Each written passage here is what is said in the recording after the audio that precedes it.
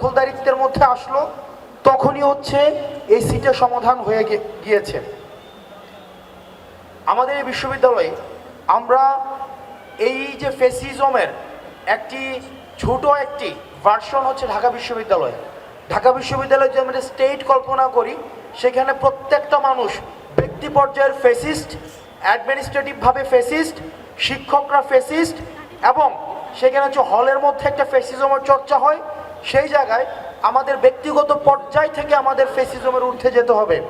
যেমন ফোর্থ ইয়ারের পরে যখন একটা ছেলে চলে যায় বা মাস্টার্সের পরে যখন একটা ছেলে চলে যায়, তখন সে কিভাবে সিটটাকে ধরে রাখতে পারে সেটার জন্য সে বৈধতা উৎপাদন করতে থাকে।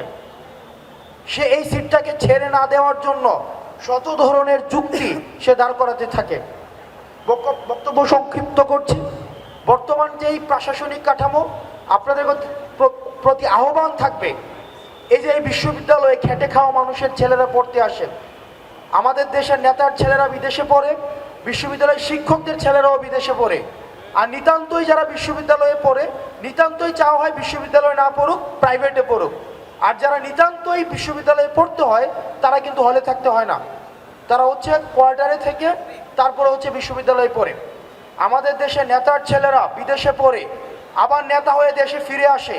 আর যারা পড়াশোনা করে বিশ্ববিদ্যালয়ে কষ্ট করে মাথার ঘাম পায়ে ফেলে পড়াশোনা করে, তারা হচ্ছে নেতার ছেলের পিছনে, তারা হচ্ছে কামলা খেটে তাদের হচ্ছে একাডেমিক জীবন শেষ করতে হয়। আমরা চাই না আর বিশ্ববিদ্যালয়ে মাদার পার্টির সার্ভ করার জন্য কোনো ছাত্র সংগঠন তৈরি হোক। আমরা চাই না এই মাদার পার্টির পারপাস সার্ভ করার জন্য বিশ্ববিদ্যালয়ে কোনো লাঠিয়াল বাহিনী তৈরি হোক। বিশ্ববিদ্যালয়ে ডাকসু কেন্দ্রিক ছাত্র সংসদ নির্বাচন চলবে, এখানে প্রত্যেকটা শিক্ষার্থী নেতা হয়ে উঠুক।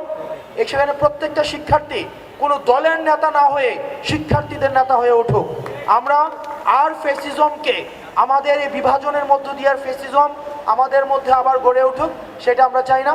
ভালো থাকুন, সুস্থ থাকুন। ফ্যাসিবাদকে আমরা সবাই রেড কার্ড দেখিয়ে যাব। সালামু আলাইকুম।